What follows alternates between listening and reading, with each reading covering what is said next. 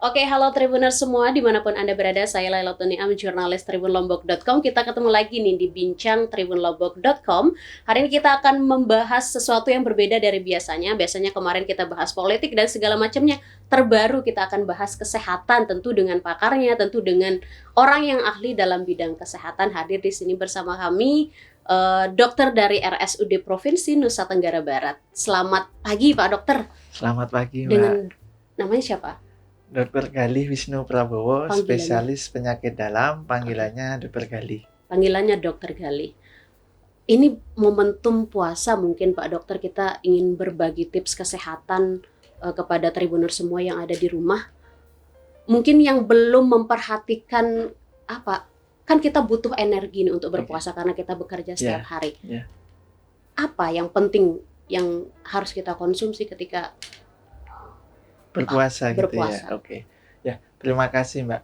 Mungkin ini tips dari kami ya, dari dokter, bagaimana menjalankan ibadah puasa biar tetap badan itu sehat, badan itu fit gitu ya. Jadi memang kalau di Islam sudah ditentukan untuk kewajiban berpuasa itu bagi orang yang mampu. Gitu. Syaratnya yang pertama harus mampu dulu. Tidak ada kondisi sakit, terutama sakit yang parah. Memang kita nanti dokter melakukan asesmen bagi pasien-pasien kita. Apabila pasien itu sudah memiliki kondisi yang tidak memungkinkan untuk berpuasa, kita tetap sarankan, gitu ya. Artinya tidak boleh untuk berpuasa. Yang pertama itu. Yang selanjutnya, bagi yang mampu, kalau bagi yang mampu, ini seperti biasa, seperti masyarakat pada umumnya.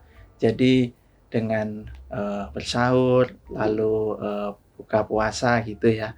Mungkin yang ada sedikit perbedaan untuk pada pasien-pasien ini adalah ketika dia mempunyai penyakit seperti hipertensi, diabetes gitu ya, atau kencing manis.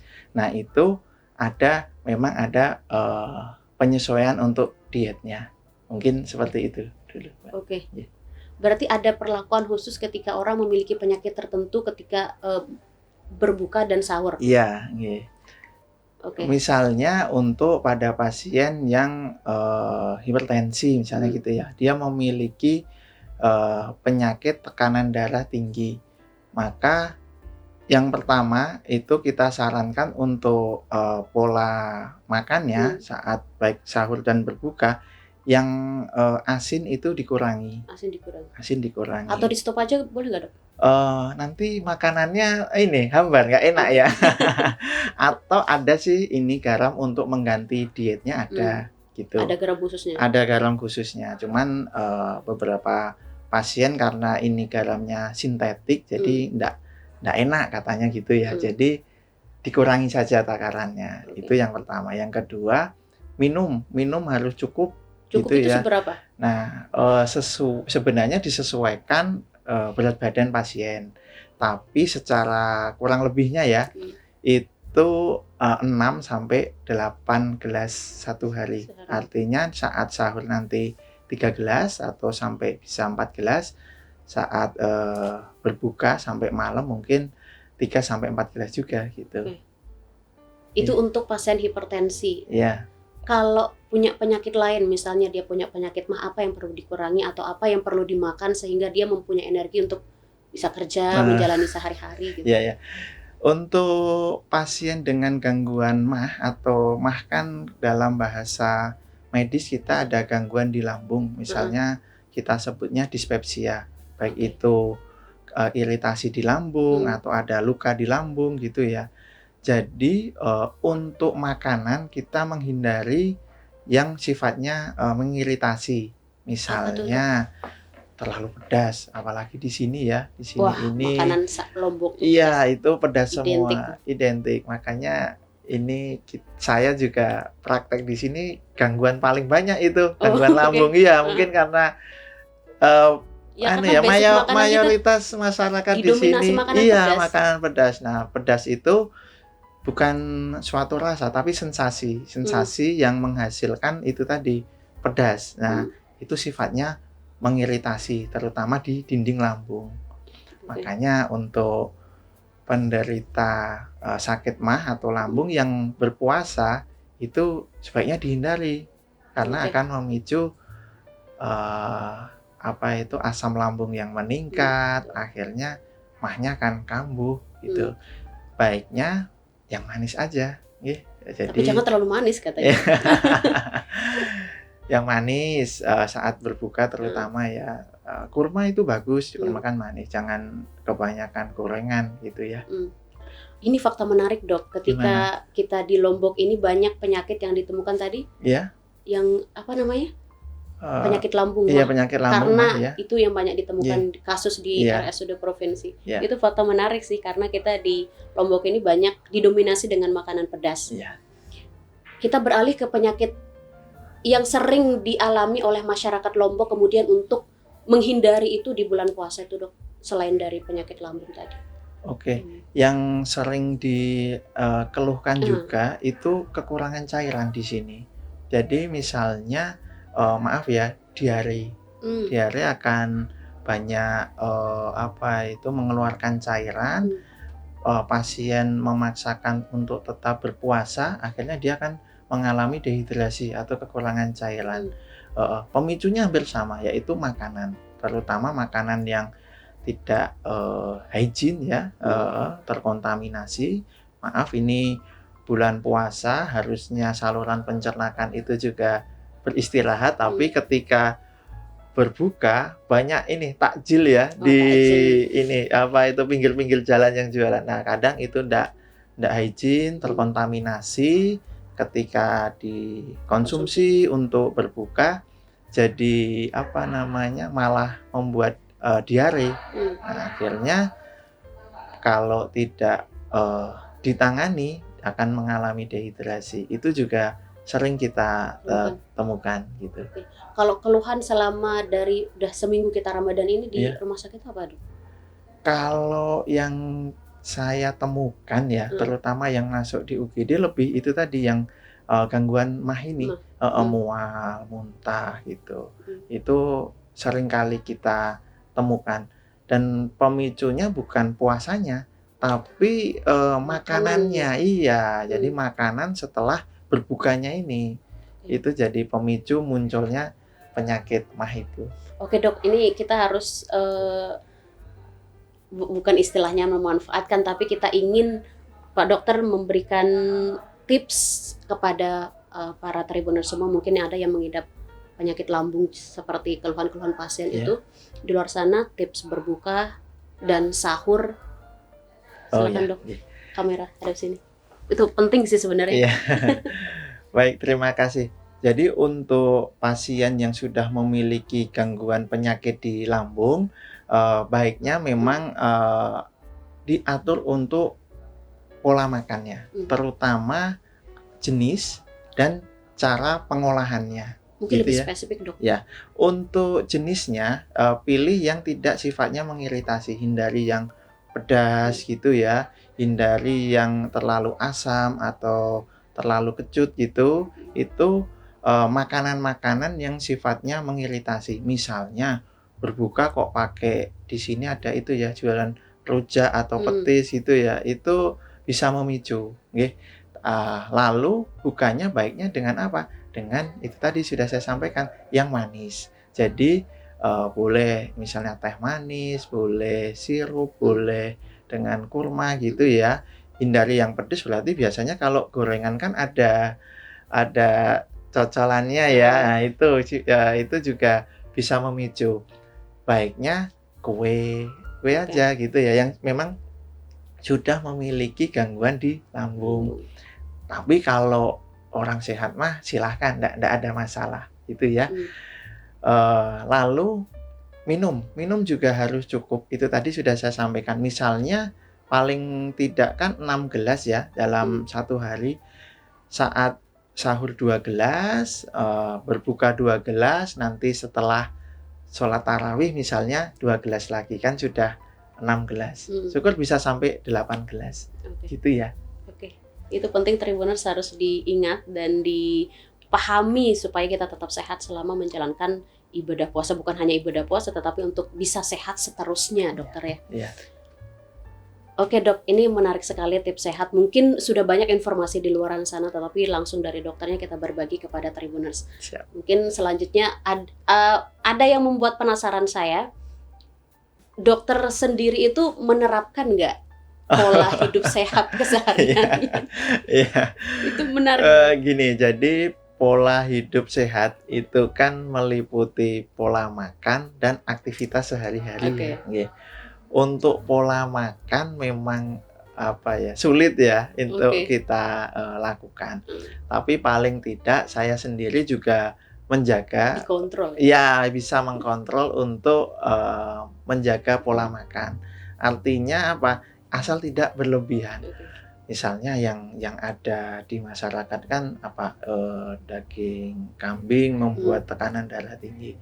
Nggak apa-apa, silahkan untuk penderita tekanan darah tinggi atau orang sehat, silahkan asal tidak, artinya tidak tiap hari gitu. Atau durian, musim durian ini ya, silahkan, nggak ada masalah, secukupnya. Saya juga makan durian mungkin. Tapi tetap ada. Ya nggak sampai satu buah penuh gitu, tetap saya jaga, nggak terlalu banyak. Jadi saya apa aja saya konsumsi tapi nggak banyak. Lalu untuk aktivitas fisik, nah ini yang sulit ya, tetap diusahakan untuk menjaga olahraga. Sebenarnya kalau rekomendasi terbaru itu bukan olahraga lagi, tapi aktivitas fisik. Aktivitas fisik. Jadi kalau dulu memang kita harus olahraga. Era berganti, sekarang lebih gadget ya, eranya digital. Masyarakat lebih banyak di komputer, lebih banyak di gadgetnya, di HP.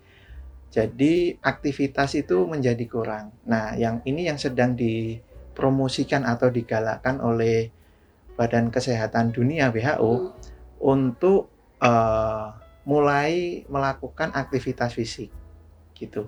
Misalnya jalan kaki 10.000 langkah ya sehari ya. Gitu, itu salah satu contoh ininya ya.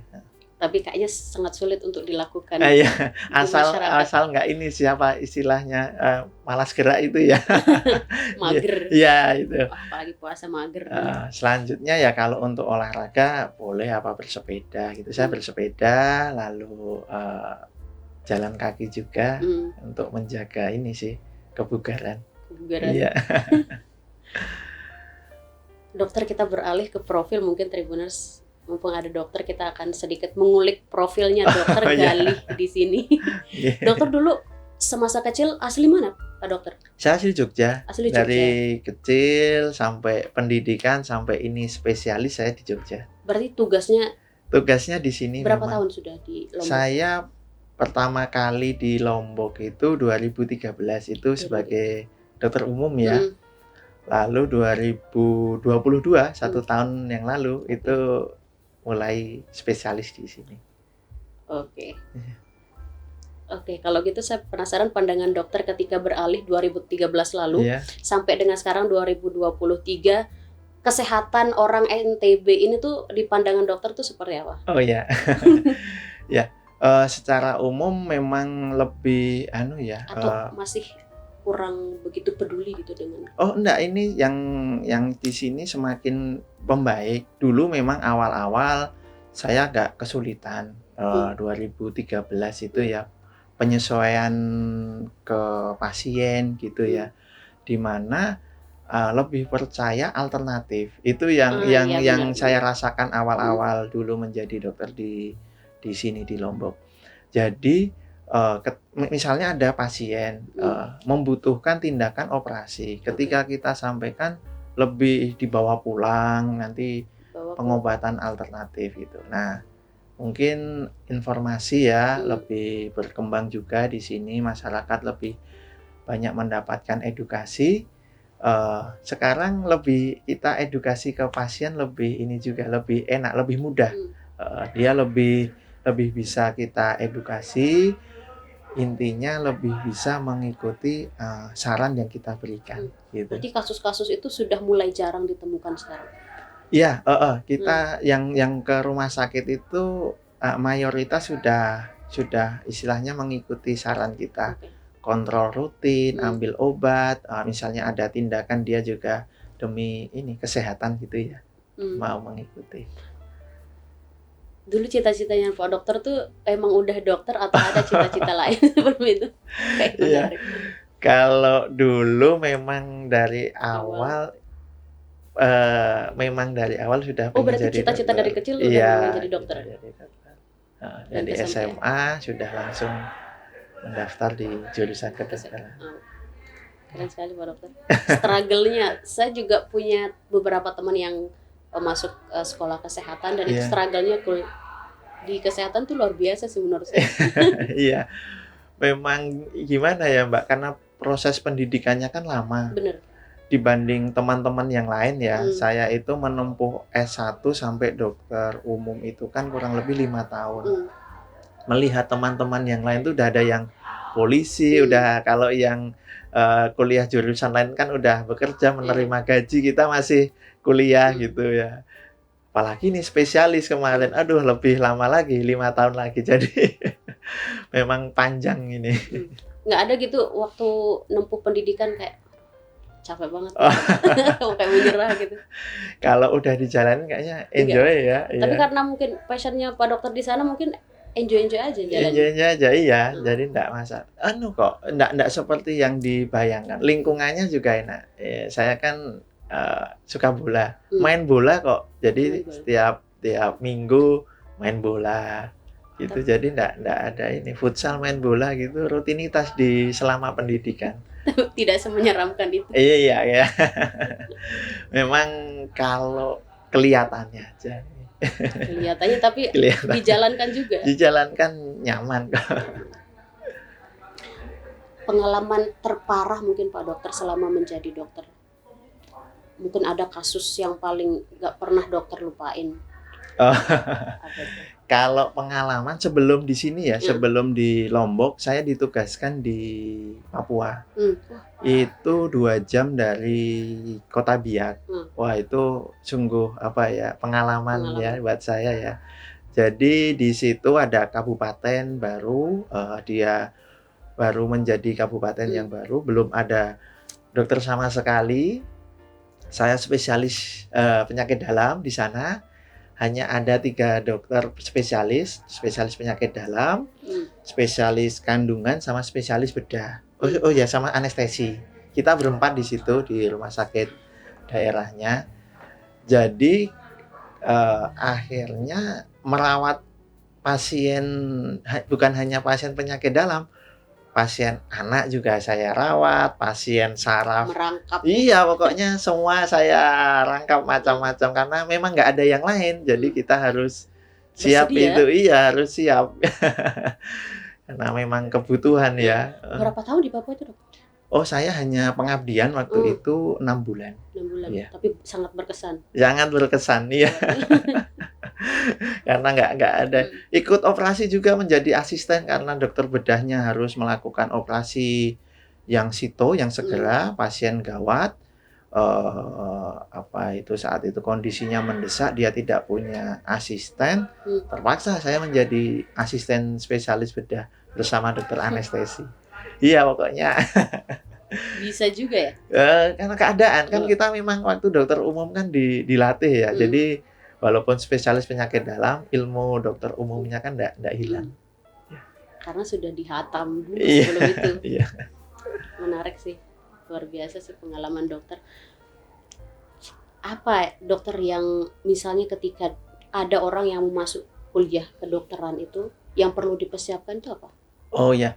Mungkin dari pengalaman dokter sendiri dulu. Kalau dari pengalaman saya ya harus, maaf ya Mbak, ini harus saya sampaikan buat teman-teman yang ingin, sekiranya penting untuk ya, ke kamera aja. yang ingin nanti melanjutkan pendidikan ke kedokteran ya. Maaf sekali ini jangan hanya karena dari orang tua. Yang pertama itu banyak yang saya dapat informasi ya, itu karena keinginan orang tua. Pengen anaknya menjadi dokter, akhirnya gampangnya enggak kuat gitu ya menjalani pendidikannya, menjadi dia enggak selesai. Itu ada beberapa kasus seperti itu. Jadi memang kalau ingin sudah masuk ke kedokteran harus dari dirinya Diri sendiri. Itu yang pertama. Kalau maaf ya masalah Hmm. nanti nggak bisa atau gimana, ada tahapannya kok. Asal dijalanin, insya Allah nanti bisa. Kalau untuk masalah pembelajarannya. Tapi niat awalnya ini harus kuat dulu dari dirinya sendiri. Soalnya konsistensi belajarnya ini yang dituntut di dunia kedokteran ya. Ya, karena proses belajarnya panjang Iya, sekali. dan panjang dan ilmunya juga berkembang. Hmm. Apalagi kemarin situasi COVID, itu Wah. benar-benar ilmu baru dari kita juga ya.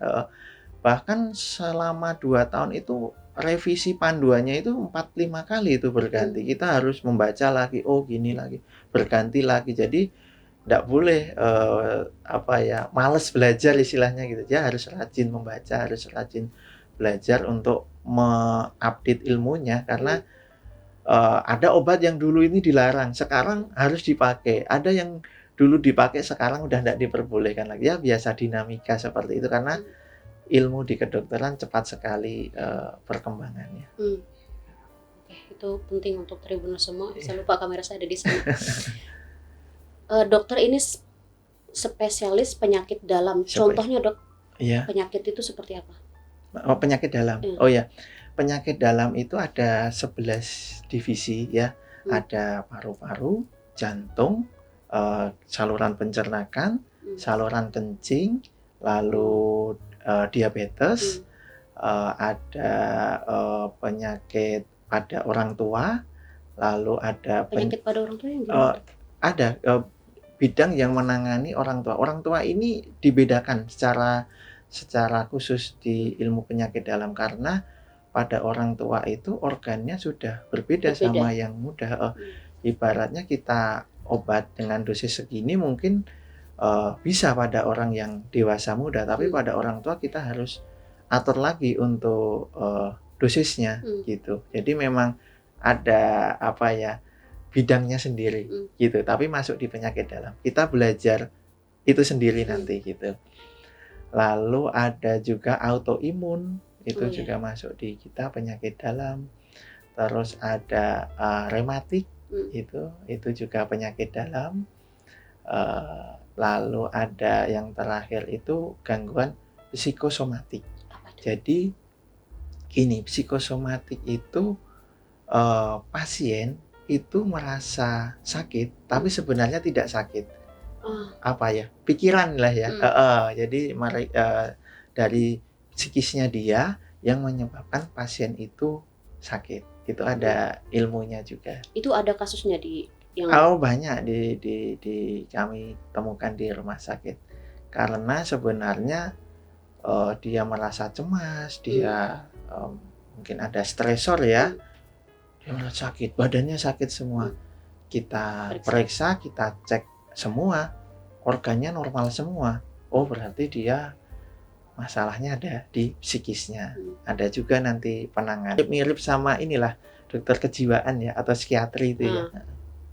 Itu ya dari 11 jenis penyakit itu yang paling banyak itu yang di sini.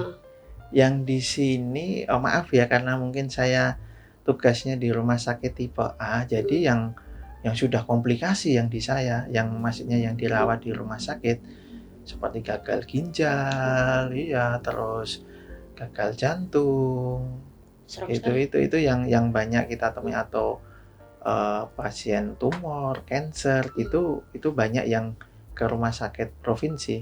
Mungkin kalau yang di daerah ya, yang di rumah sakit tipe B, tipe C itu lebih banyak yang penyakit kronis seperti hipertensi, diabetes gitu.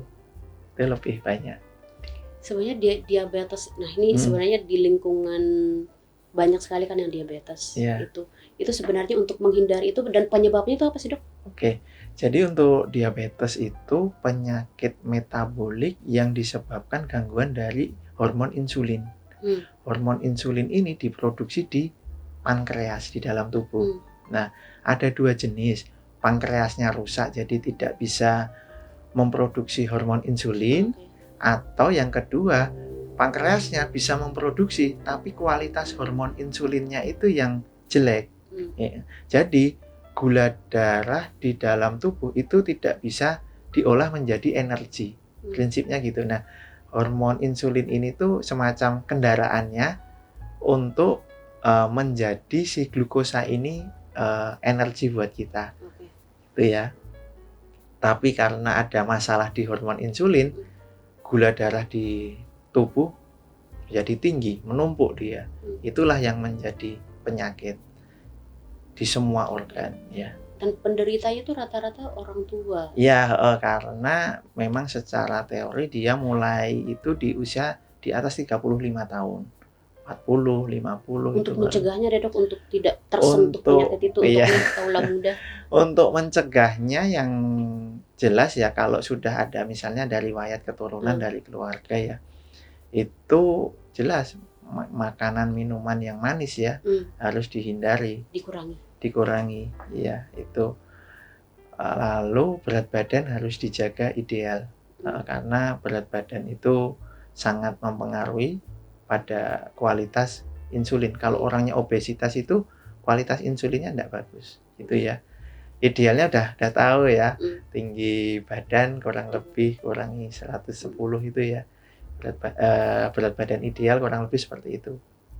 Misalnya tinggi badan 170 ya berat badannya kurang lebih 60 gitu ya. Nah, usahakan kurang lebih seperti itu. Itu nanti bisa menghindarkan kita dari diabetes. Sama lagi-lagi aktivitas fisik ya. Itu penting sekali untuk pencegahan. Gitu. Makanya kalau muda Tribuners jangan mager. Tidak boleh mager. Terakhir dok, apa yang penting sebenarnya dari ilmu kesehatan ini yang perlu ditahu oleh semua orang? Oke, jadi untuk kita di dunia medis ya, kedokteran ya, itu kita bagi menjadi 3, preventif, kuratif, sama rehabilitatif. Preventif ini pencegahan. Ini promosi yang saat eranya sekarang ini sedang digalakkan ya, bagaimana masyarakat ini sehat, jangan sampai sakit gitu. Itu banyak sekali promosi kesehatan yang biasanya di tingkat puskesmas dilakukan gitu ya. Lalu yang kedua itu kuratif, itu pengobatan pasien yang sudah menderita sakit, masyarakat yang sakit itu harus segera diobati. Nah ini yang saya lakukan untuk praktek sehari-hari ya. Lalu yang ketiga rehabilitatif, biar dia bisa pulih kembali untuk menjalankan aktivitas sehari-hari gitu. Itu yang penting. Jadi sebenarnya sebagai dokter ini harus bisa mencakup tiga-tiganya itu secara komprehensif. Jadi dia melakukan edukasi seperti yang sekarang ini saya lakukan kan tindakan preventif ya. Lalu kalau yang sakit ya berobat ke rumah sakit, nanti kita tangani, lalu rehabilitatif gitu. Dokter ada share tips kesehatan nggak di sosial media sekarang kan? Oh enggak, saya enggak aktif. Tidak ada terpikiran untuk berbagi tips kesehatan gitu? Saya jadi kreator? Enggak aktif di sosial media. Seharusnya ada dok. Iya memang sudah banyak ya teman-teman dari teman sejawat dokter. Dan itu lebih banyak didengar loh dok ketika memberikan tips kesehatan di media-media Instagram, TikTok dan sebagainya. Oh iya, mudah-mudahan ya ke depan. Harus sih dok. Oke, terima kasih banyak dokter atas informasinya. Ini sesuatu yang sangat bermanfaat untuk Tribuners semua. Jadi nama bukan penggemar ya, pemirsa kita tuh Tribuners. Oke, terima kasih Pak Dokter. Nanti kita lanjut lagi di bincang Tribun selanjutnya dengan tips kesehatan mungkin atau topik-topik yang lainnya. Saya Laila Tunia, pemandu acara hari ini, dan Pak Dokter Galih pamit undur diri. Sampai jumpa. Terima kasih sudah nonton. Jangan lupa like, subscribe, dan share ya.